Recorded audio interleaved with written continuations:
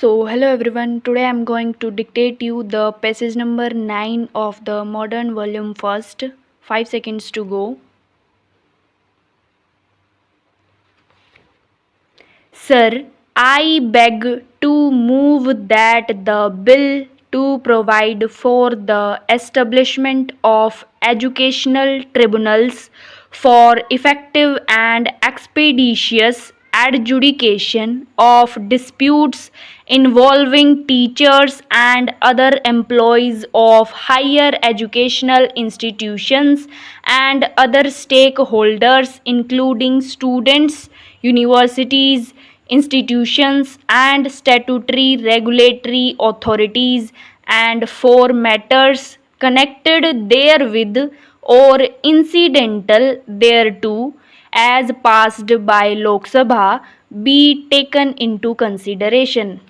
Mr. Chairman, sir, in the foreseeable future, we are going to see enormous expansion in the education sector, and the reason for that is quite simple. The reason is that we have a very large young population. About 220 million children go to school, but the number of children who reach university is only 12%. This is an unacceptable situation. It is for this reason that the Lok Sabha and the Rajya Sabha passed the Right to Education Act. The intent being that more and more children, particularly the girl child, the differently abled children, actually receive quality education in our schools. There is a need to increase our gross enrollment ratio from 12% to about 30% by 220. That is the intent. As we implement the Right to Education Act with the support of the state governments and other stakeholders, this ratio will increase. With the increase of this ratio, there will be a larger number of children going to the university system and a larger number of children moving towards vocational education. Therefore, as the regulatory structure evolves, there are going to be a lot of disputes that will emerge. We believe in that context, the time has come for us to move away from the normal court system and set up tribunals at the state level and at the national level to deal with all those disputes. This particular bill sets out the specific jurisdiction under clause 15 for state tribunals and the jurisdiction of the national tribunals under clause 31. So the jurisdictions are separate, and we do believe that this particular regime will help a more expeditious and efficient resolution of disputes. Sir, I just want to mention one other fact, that this again is an experiment. Maybe the work of the tribunal will expand and we may have to evolve the legislation to meet the needs of tomorrow. The standing committee had recommended that we should have a 5-member tribunal. The standing committee had also recommended that we should have more benches. But what they had suggested was a 3-tier system: a tribunal in every district, a tribunal at the state level, and a tribunal at the national level. We discussed these issues with the state governments. We sent this bill to the education secretaries of all state governments. We had discussions with them and we called them even to Delhi.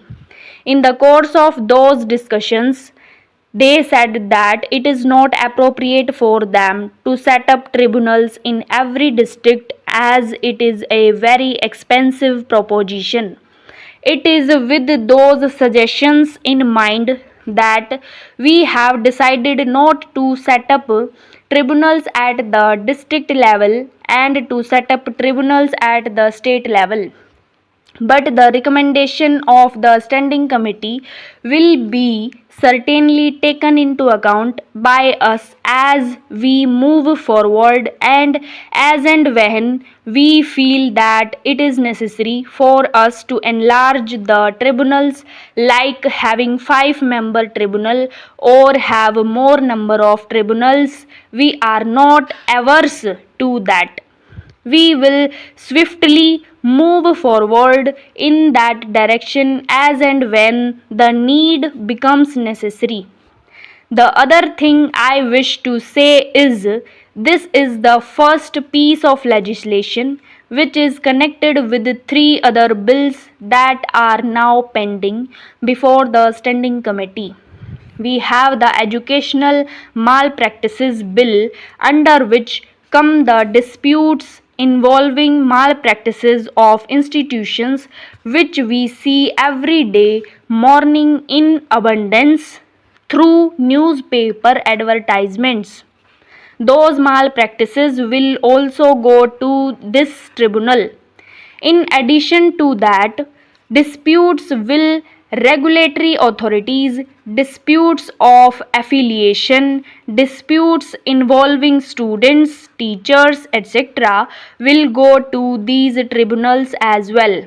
Then we also have the accreditation authority bill, which is interconnected with the tribunals, because when the accreditation process is on, there will be disputes between the institutions who seek accreditation and the accreditation authorities which grant accreditation. Those disputes will also go to the tribunals. Then we also have the Foreign Education Providers Bill. In terms of that bill, foreign education providers must conform to the national laws of our country, and in the event they do not conform to any of the national laws of our country, the disputes will arise, and therefore those disputes will also go to these tribunals. In essence, therefore, this bill deals with all the other connecting legislations which are before the standing committee. I hope as and when the recommendations of the standing committee come, we will be able to deal with them. But this is the first piece of legislation that I am moving forward. Then there are certain other recommendations of the standing committee. Thank you.